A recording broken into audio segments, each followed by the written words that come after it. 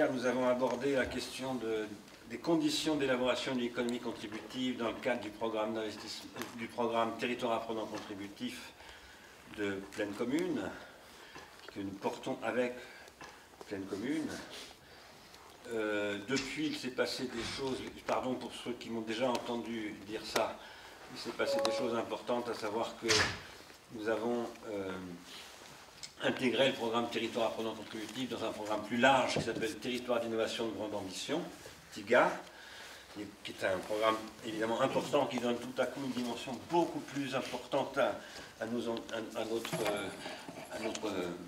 territoire apprenant contributif, puisqu'il y a un programme d'investissement de 100 millions d'euros sur ce dispositif TIGA, et une partie significative de ces investissements devrait venir alimenter une économie de la contribution. Comme je le dis souvent, l'économie de la contribution, c'est basé d'abord sur le fait que, d'une part, on a la possibilité de mettre en œuvre à titre expérimental un revenu contributif. Ça, c'est ce qui est défini dans la lettre que Emmanuel Macron, lorsqu'il était ministre de l'économie, avait adressée à Patrick Brauzek pour lancer cette opération. D'autre part, au-delà du revenu contributif, ça y est, je suis prêt. D'accord. Au-delà du revenu contributif, une économie contributive ne peut se constituer que, premièrement, s'il y a des emplois intermittents qui vont permettre de légitimer ce revenu contributif, si je puis dire. Légitimer, le mot n'est peut-être d'ailleurs pas très correct. Il faut le mettre là-dessus. Et pour ouvrir les images qui sont... Parce que voilà, il faut ouvrir le dossier. Ça s'appelle capture capacitation. Voilà, et ouvrir les images dans l'ordre. Elles sont ordonnées déjà, numérotées. Donc ça ne peut fonctionner, cette expérimentation de revenu contributif, que si, premièrement, il y a une économie contributive avec des emplois intermittents qui vont permettre au cycle, disons, de l'investissement dans le revenu contributif de s'installer, de s'amorcer, de se poursuivre, et que, deuxièmement, s'il y a des dispositifs de capacitation qui vont permettre de mettre le revenu contributif au service d'une augmentation de la puissance d'agir, comme on dit parfois, de ceux qui vont bénéficier de ce revenu contributif. Et pour cela, il s'agit de mettre en place des dispositifs qui ne sont pas simplement des dispositifs de formation initiale tels qu'on les pratique couramment depuis Jules Ferry en France, et même avant, bien sûr, ou de formation professionnelle tels qu'on les pratique également depuis très longtemps. Il s'agit de mettre en place des dispositifs qui rendent aux individus des accès à des savoirs, des savoir-faire, des savoir-vivre, des savoirs théoriques, et qui revalorisent les savoirs face à la déprolétarisation, à la nécessité de produire une déprolétarisation. Alors, qu'est-ce que nous appelons la nécessité d'engager un processus de déprolétarisation? Ben, c'est le fait que... tu sais, t'en sais rien de ça? Non, non, mais... Non, non, il faut... Oui, mais il n'est pas compatible. Ah, il n'est pas compatible. Bon, je suis vraiment désolé. J'aurais vraiment dû prévenir avant. Pour moi, c'est un peu élémentaire, ce genre de truc, mais voilà. Bah, sinon, je me passerai d'image, hein, mais c'est un tout petit peu dommage, quand même.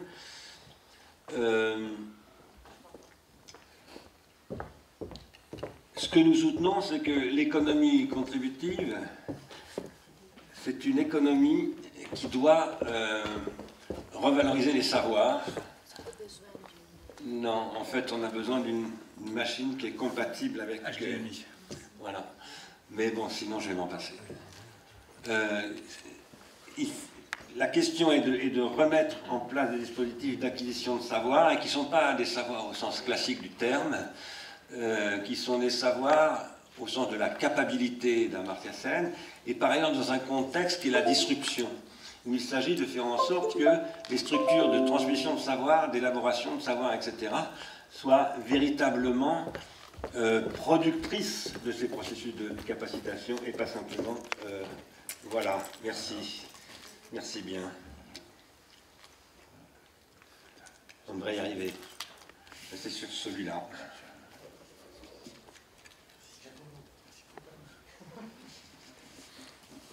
Merci beaucoup. J'espère qu'il l'attrape. Je crois que oui.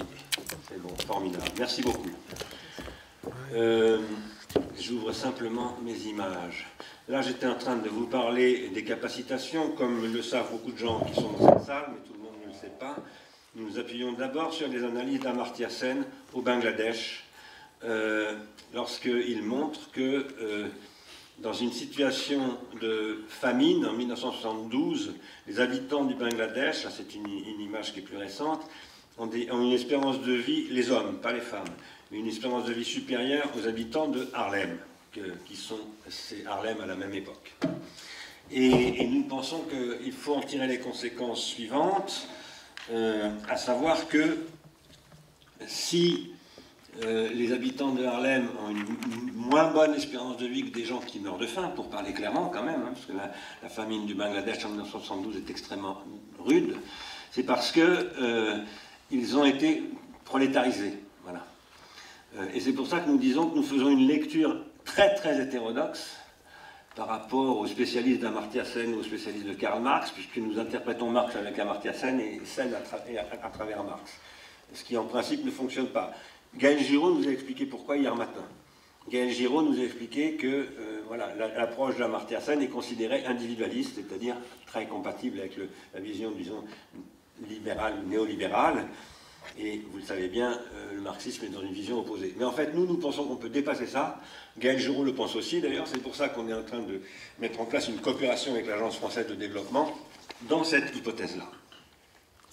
Alors, la prolétarisation dont souffrent, selon moi, les habitants de Harlem en 1972, c'est une perte de savoir. Voilà. Et cette perte de savoir, elle est aussi exprimée là par un personnage qui se trouve ici, que vous connaissez tous, qui s'appelle Alan Greenspan, qui, lorsqu'il est interrogé, il est auditionné, là vous êtes au Sénat américain, dans une commission sénatoriale de Washington, il est auditionné le 23 octobre 2008, et on lui demande comment il a été possible d'avoir commis tant de choses nuisibles qui ont conduit à la catastrophe de Lehman Brothers et de tout ce qui s'ensuit.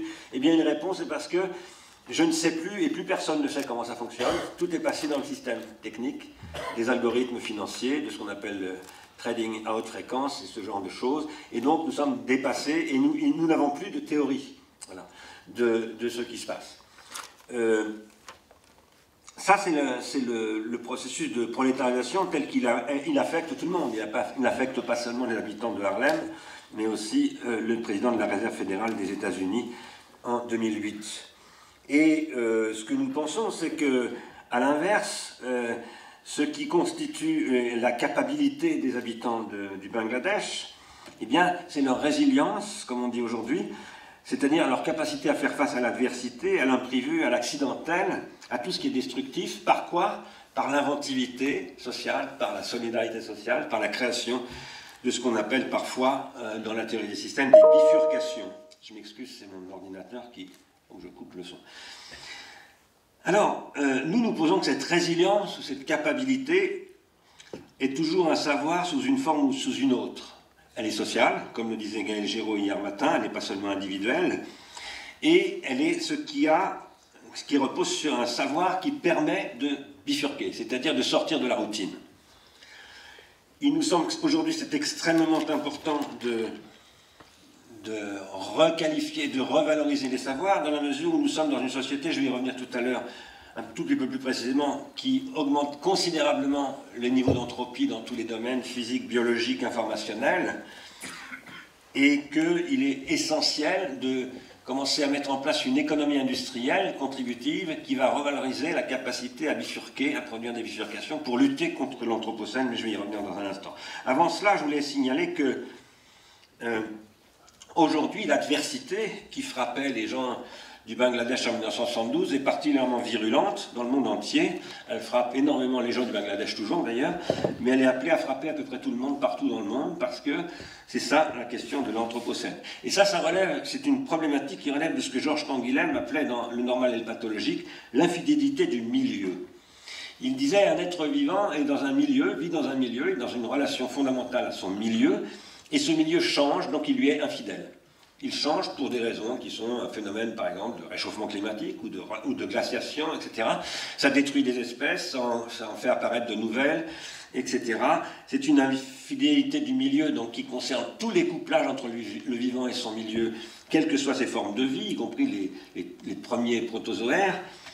Mais il ajoute que pour le vivant humain, qui est un être technique, eh bien, c'est le milieu technique qui change tout le temps.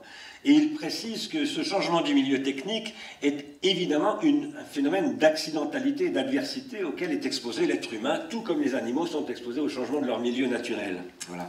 Et en souffrent. Et doivent inventer des réponses à cela. Et c'est là qu'il introduit justement la question de la pathologie et de la normativité dont nous parlions ce matin dans l'atelier sur le soin. Alors, si j'y insiste, c'est parce qu'aujourd'hui nous vivons dans ce qu'on appelle la disruption.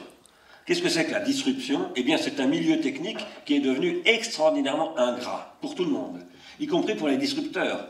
Par exemple, ce que vous expliquera tout de suite Clayton Christensen, qui tient la chaire de disruption à l'université de Harvard, c'est que si vous voulez être disrupteur, il faut d'abord que vous sachiez que vous serez disrupté, y compris par vous-même.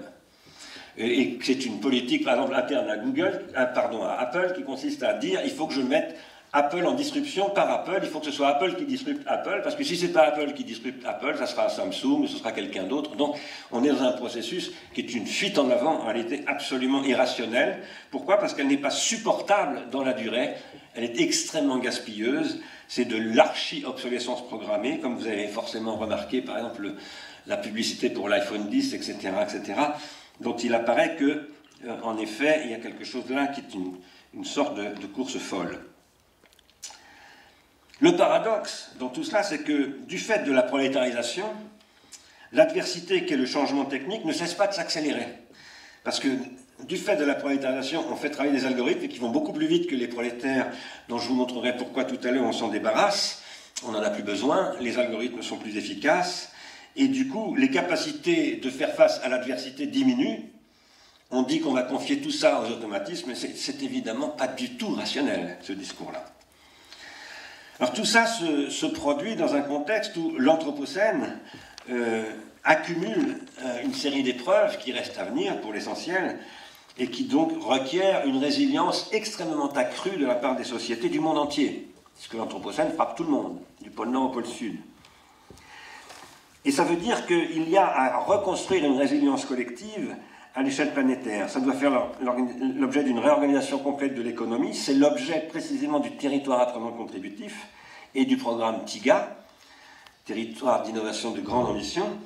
Et c'est aussi ce que disent les signataires de cet appel, paru donc dans Bioscience, qui est une revue de Oxford, une revue de référence, et qui explique que, en particulier, outre toutes sortes de choses dont j'ai déjà parlé ce matin, hier, donc je ne vais pas y revenir, et qui font qu'ils soutiennent que la situation n'est pas soutenable, qu'on ne peut pas continuer dans cette situation-là, et j'ajoute au fait qu'elle n'est pas soutenable, en plus elle n'est pas solvable dans la durée, c'est aussi ce que disait Gaël Giraud il y a 2 semaines dans un article publié, je ne sais plus dans quel quotidien, eh bien, ces 15 000 chercheurs du monde entier disent que si on ne redéfinit pas l'économie, revising our economy to reduce wealth inequality and ensure that prices, taxation and incentive systems take into account the real costs which consumption patterns impose on our environment. Qu'est-ce que ça signifie? Ça signifie qu'il faut repenser complètement les indicateurs de valeur en intégrant les coûts réels et en modifiant complètement la théorie de la valeur. C'est ce dont nous parlions hier matin avec Gaël Giraud et avec Clément Morla, ainsi que Maël Monteville qui sont dans la salle, pas Gaël Giraud, mais Maël et Clément sont là, et on en reparlera peut-être avec eux tout à l'heure. Et c'est aussi ce qui conduit à ce que nous considérons, nous, être une augmentation de l'entropie. Alors, qu'est-ce que c'est que l'entropie? Eh bien, c'est c'est toujours Georges Canguilhem que je cite, c'est ce contre quoi lutte le vivant. Le vivant, c'est la vie qui joue contre l'entropie croissante. C'est ce qui essaye de diminuer l'entropie. Le problème, c'est que le développement actuel de l'industrie augmente l'entropie à tous les niveaux. Et donc, il faut repenser tout cela. Le territoire apprenant contributif est basé sur une méthode de travail que nous appelons la recherche contributive.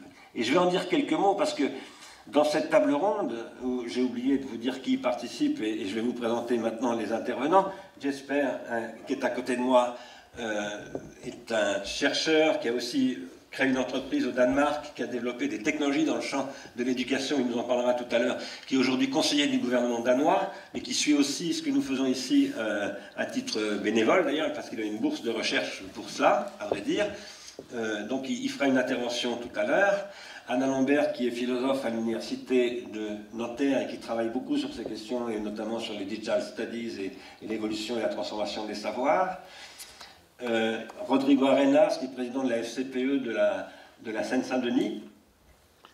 Et Elie Alouche, qui est au ministère de l'Éducation nationale en charge des dossiers notamment liés à l'introduction des technologies numériques dans la structure éducative.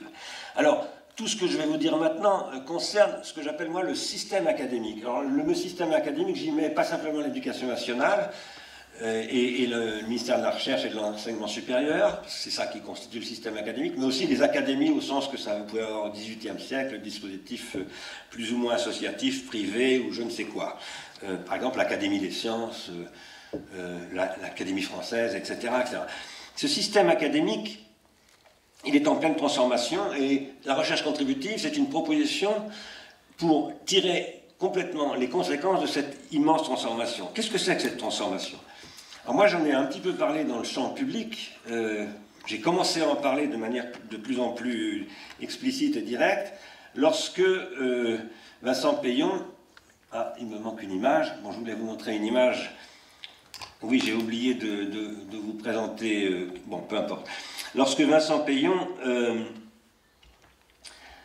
je suis désolé, je ne sais pas ce qui se passe avec mes images, j'ai un petit problème. Vincent Payon avait lancé le débat pour la refondation de l'école, vous vous en souvenez, en 2013. Voilà. Et il avait constitué un groupe sur le numérique à l'école. Il m'avait proposé, enfin son cabinet m'avait proposé, lui-même me l'avait proposé aussi d'ailleurs, d'animer ce groupe. Et j'ai fait un peu... J'ai créé un peu la surprise lorsque, en me référant à un travail de Marianne Wolf, qui est une neuropsychologue américaine qui fait référence, qui enseigne à Stanford maintenant, à l'époque elle était à Boston, expliquait que la pratique prématurée des écrans, et en particulier des ordinateurs, des tablettes, etc., posait de très gros problèmes qu'elle observait dans un hôpital, qui est l'hôpital de Tufts University de Boston, sur 400 enfants qu'elle suivait, et donc je disais qu'il fallait prendre un peu de temps pour réfléchir. Voilà. Grosso modo, j'essayais de montrer que ce que Clarice Ehrenschmidt appelle dans ce livre l'écriture réticulaire était en train de changer très profondément les rapports entre les cerveaux, entre les hommes et les machines, et qu'une introduction prématurée de cette écriture réticulaire, c'est-à-dire l'écriture sur clavier avec écran d'un dispositif interactif, etc., pouvait poser un certain nombre de problèmes. C'est ce qui m'avait amené... Alors, vous savez, la réaction du cabinet de Vincent Payon à l'époque avait été vous êtes un intellectuel qui n'est pas conscient des réalités, qui sont que les enfants ont tous des smartphones dans leur poche de toute façon, etc. Et que dans tous les cas, on ne peut pas différer la réponse à cette urgence. Et parce que moi je disais, il faut prendre le temps de réfléchir, il faut prendre le temps d'avoir une démarche rationnelle. Quand on est ministère de l'Éducation nationale, on doit avoir une démarche rationnelle. La démarche rationnelle, c'est de prendre des avis scientifiques et non pas des consultants du marketing. Voilà, pour parler très directement. Alors, finalement, j'ai quitté cette commission assez vite, mais j'ai poursuivi cette discussion avec Jean-Marc Ayrault, que je connais un petit peu, et qui m'avait reçu un jour à Matignon pour parler de tout cela, et qui, voilà, j'ai fait sauter des transparents, je suis désolé, ça c'est la démarche payant. C'est dans ce bouquin-là que Marianne Wolf pose le problème dont je vous parle. Jean-Marc Ayrault m'avait fait venir pour discuter de quoi? Bien d'un programme qu'il avait annoncé à l'époque avec Fleur Pellerin, d'un investissement de 20 milliards dans la fibre optique pour créer du très haut débit sur l'ensemble du territoire français. Et j'avais moi-même réagi dans le journal du dimanche en disant que c'était une très bonne chose de faire ce genre d'investissement, à une condition, c'était d'avoir une politique d'accompagnement de l'investissement, sinon on investissait pour Amazon, Facebook, etc. Et c'est ce qui m'a conduit finalement puisque j'avais été nommé au Conseil national du numérique, à préconiser dans ce rapport le développement de ce que nous avons appelé avec le Conseil national du numérique la recherche contributive, et une recherche contributive qui avait pour but à ce moment-là, qui recommandait plus exactement, de lancer tous les ans 500 thèses dans tous les domaines de l'activité académique, de l'éducation physique et sportive jusqu'aux mathématiques fondamentales, en passant par la linguistique, la géographie, l'histoire et tout ce que vous voulez. 500 thèses qui avaient pour but de repenser très profondément la nature des savoirs, ce que c'est que le numérique, ce que le numérique fait à ces savoirs, et les conditions dans lesquelles il est possible et indispensable même d'introduire le numérique dans les programmes de recherche, dans les enseignements supérieurs et de proche en proche, dans les lycées, dans les collèges. Évidemment, le discours que m'avait tenu le cabinet de Vincent Payon, c'était Gilles Braun, qui est maintenant inspecteur, c'était de dire mais ça c'est pas réalisable parce que ça prend beaucoup trop de temps. C'est entre le lancement d'une thèse, sa publication, la traduction, tout ça, ça prend entre 5 et 10 ans et on n'a pas le temps. Et c'est vrai, il avait tout à fait raison, parce que nous sommes dans une situation de disruption. La réponse était de dire pratiquons une recherche contributive, c'est-à-dire lançons des thèses avec des mathématiciens, des spécialistes de physiologie, enfin toutes les disciplines concernées, mais en travaillant directement avec les territoires, avec la société, avec l'économie, et pour faire du transfert rapide de savoir vers ces territoires. Le territoire apprenant contributif de Plaine Commune, c'est ça son ambition. C'est d'en faire un territoire d'expérimentation, un laboratoire vivant à l'échelle de 400 000 habitants, où potentiellement chaque habitant doit pouvoir devenir un chercheur, un contributeur, et l'idée est de constituer un laboratoire populaire où les chercheurs que nous essayons de recruter dans une chaire de recherche contributive, qui n'est pas encore constituée, à vrai dire, travaillent en priorité avec les établissements scolaires, les centres de formation professionnelle, les entreprises locales, les administrations locales, les associations évidemment, par exemple l'économie sociale et solidaire qui est très développée ici en Seine-Saint-Denis. Et à quoi faire? Eh bien, à redéfinir la mission du système académique dans une société où il s'agit de revaloriser les savoirs et de moins insister sur les compétences. Nous distinguons ici fondamentalement savoir et compétences. Nous ne disons pas qu'il ne faut pas de compétences. Bien évidemment, la seule manière de mettre en œuvre un savoir, c'est d'avoir des compétences pour le mettre en œuvre. Mais la condition fondamentale, c'est d'acquérir les savoirs. Et nous pensons que les compétences peuvent être évidemment acquises à l'école, et un certain nombre de compétences qu'il faut impérativement acquérir à l'école, savoir lire, savoir compter, etc., etc. On dit savoir lire et savoir compter, mais ce sont des compétences, ce ne sont pas proprement parler des savoirs. Et il y a toutes sortes de compétences qu'on ne peut pas acquérir au sein de l'école, qu'on doit acquérir dans un milieu d'encapacitation, en tout cas lorsqu'on ne parle plus d'une formation de gens qui vont aller dans des emplois prolétarisés, mais de gens qui vont sans capacité, avec un revenu contributif, et qui régulièrement pourront accéder à un emploi intermittent où ils pourront valoriser les savoirs qu'ils ont acquis à l'école et ailleurs. Alors, nous, si aujourd'hui Rodrigo Arenas est là, c'est parce que depuis déjà plusieurs mois nous discutons avec les FCPE de ces questions-là. Nous essayons d'appliquer un petit peu ces logiques, même si nous n'avons finalement jamais reçu les financements de bourses de thèse que nous devions recevoir, et que donc nous sommes encore en train de travailler à rassembler ces moyens. C'est aussi l'objectif du programme TIGA de permettre ce financement. Mais dans tous les cas, l'idée est de retravailler très en profondeur sur les structures éducatives, quelles qu'elles soient, et pas simplement le système académique. Par exemple, les familles. Ce matin, nous parlions avec Marie-Claude Bossière, qui est pédopsychiatre, du soin apporté aux mamans qui ont des tout petits bébés et qui ont des difficultés à prendre en charge leur bébé. Ça commence là, le problème. Si on ne commence pas à traiter au départ de la naissance même des enfants ces questions, et à travers quoi nous sommes en train d'essayer de constituer ce que nous appelons une clinique contributive, mais aussi à travers toutes sortes d'autres démarches, l'école ne peut pas faire de miracle et récupérer des enfants qui ne sont pas scolarisables et les rendre scolarisables. Ça n'est pas possible. Et c'est aussi une nouvelle politique d'éducation populaire, une nouvelle politique culturelle. Nous sommes ici dans un territoire d'art et de création, c'est une mobilisation des artistes et du monde de la culture autour de ce type d'objectifs, etc., etc. Alors, pourquoi est-ce qu'il faut redéfinir les missions du système académique? Eh bien, parce qu'il s'agit donc de recommencer à transmettre des savoirs, et pas seulement des compétences, mais une bonne part de ces savoirs, eh bien, ils sont en cours d'élaboration. Qu'est-ce que je veux dire? Alors, avant de répondre à cette question, je voudrais redire un point très important, à mes yeux, à nos yeux, c'est que le savoir en général, le savoir-faire par exemple, c'est la capacité à produire de la négantropie. Qu'est-ce que ça veut dire? Ça veut dire c'est la capacité à réagir à une situation, à faire face à une situation, même si on n'a pas une procédure indiquée par un système qui vous dit dans tel cas, vous faites ça. Comme le mode d'emploi qui vous dit comment vous branchez votre Wi-Fi ou je ne sais quoi. Non, ça, si vous êtes dans cette situation, c'est que vous êtes déjà prolétarisé. Parce que vous ne savez pas comment marche la Livebox, vous ne savez pas comment marche le système, et on vous dit vous faites ci, vous faites ça. C'est ce qui, aujourd'hui, concerne 47% des emplois américains. Quand je vous dis ça, ce n'est pas un chiffre que j'invente comme ça, c'est le MIT qui a donné ce chiffre. 47% des emplois américains aujourd'hui sont des emplois où les gens sont dans cette situation, et le MIT dit les robots feraient ça beaucoup mieux que les employés. Donc il y a 47% d'emplois qui sont potentiellement susceptibles de disparaître et remplacés par des robots. Le MIT n'a pas dit qu'ils seraient remplacés effectivement, mais le MIT dit simplement que pour ce qui concerne ces emplois-là, eh bien, ce sont des emplois sans savoir.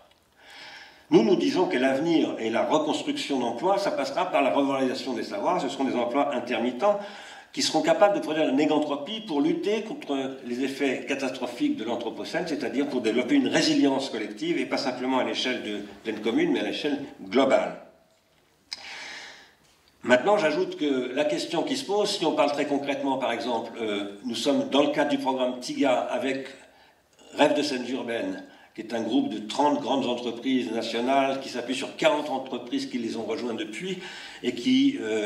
avec Vinci Construction, vont participer à la construction, précisément, du village olympique. Si nous disons que dans ce contexte-là, de gros investissements vont se faire et qu'il y a une capacité, une possibilité de construire un quartier d'excellence à tous égards, un quartier pilote, à travers ce village olympique qui va être un gros investissement, il n'y a pas que le village olympique, bien entendu, la question se pose ici de créer une économie contributive qui va permettre d'intégrer et de développer des savoir-faire d'un nouveau type, qui n'existent pas encore forcément, qui ne sont pas connus forcément. Pourquoi? Parce que ce sont des savoir-faire requis par la disruption. Et évidemment, l'éducation nationale n'est pas du tout faite pour répondre à ces objets, puisque la disruption, c'est ce qui prend de vitesse toutes les institutions de l'éducation nationale, comme les autres. Mais même Vinci n'est pas fait pour ça. Vinci a aussi ses procédures, ses dispositifs, etc. Il est pris de vitesse comme tout le monde. Et c'est pour ça, par exemple, que Vinci est menacé par la disruption, tout comme Orange est menacé par la disruption, la Société Générale est menacée par la... Tout le monde est menacé par la disruption. À partir de là, pour répondre à cette menace, il faut développer des savoirs de la disruption.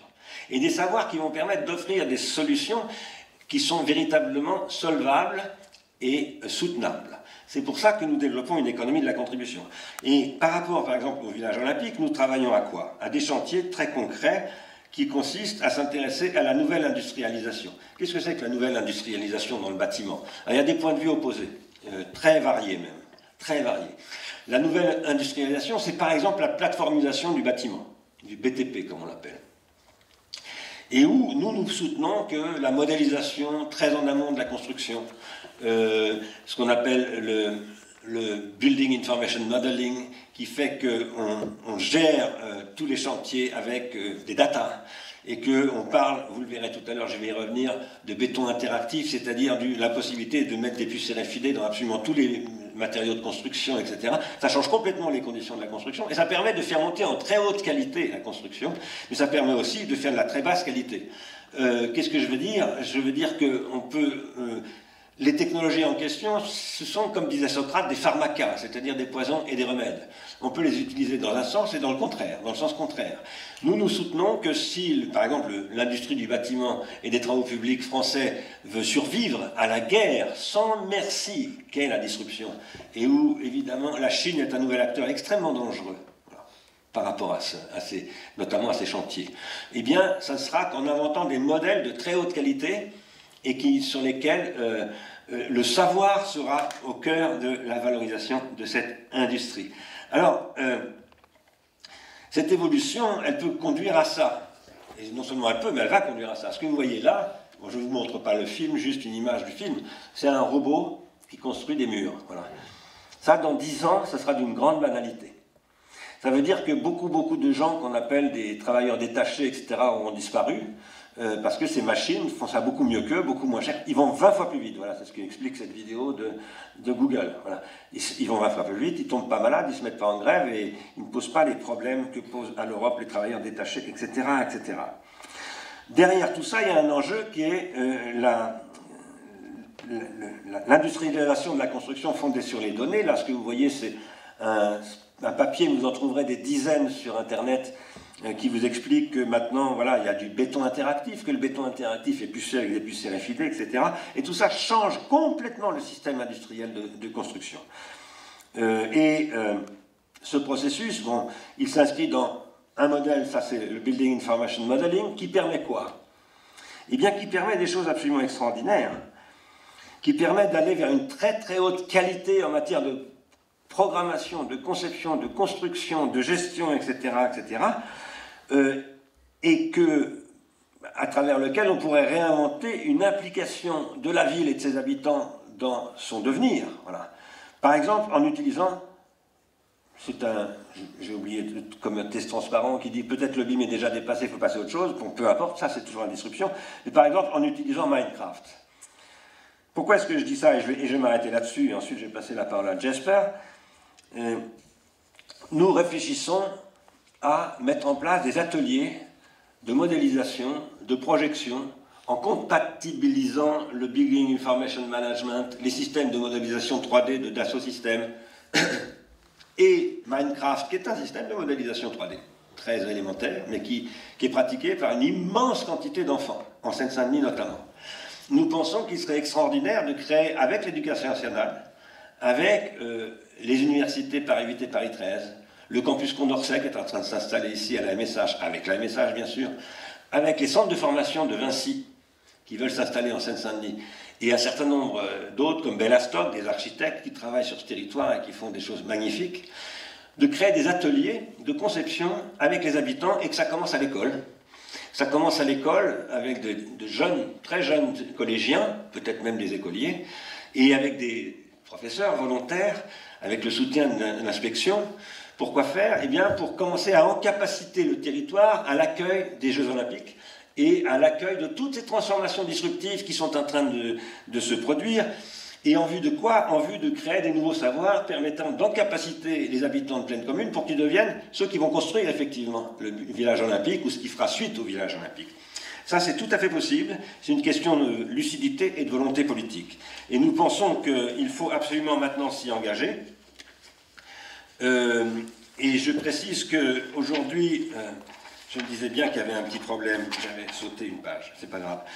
Je précise qu'aujourd'hui nous accueillons Gérald Moore, que je n'avais pas présenté tout à l'heure parce qu'il avait dû sortir. Gérald Moore qui fait partie de notre réseau Digital Studies Network et qui est aussi porteur avec Noël Fitzpatrick qui est dans la salle et qui interviendra demain. Qui est aussi porteur donc, du programme financé par l'Union européenne Real Smart Cities, avec lesquels nous réfléchissons à nous réapproprier le concept de ville intelligente, mais dans un sens qui intègre tout ce que je viens de vous dire et en réimpliquant tous les acteurs du territoire. Il n'y a pas seulement ceux qui viennent vous offrir des services intelligents en ligne et qui parfois viennent de très très loin pour vous proposer de gérer toutes vos données, etc. à votre place et finalement vous dessaisir en réalité du devenir de votre territoire, mais pour au contraire en capaciter ce territoire en utilisant cette technologie. Et si je mentionnais Gérald là maintenant, c'est parce que Gérald a un programme dont il nous parlera peut-être tout à l'heure, à Durham, dans la région de Newcastle, hein, au nord de l'Angleterre, utilisant cette technologie-là dans l'enseignement supérieur. Voilà. Alors je vais m'arrêter là.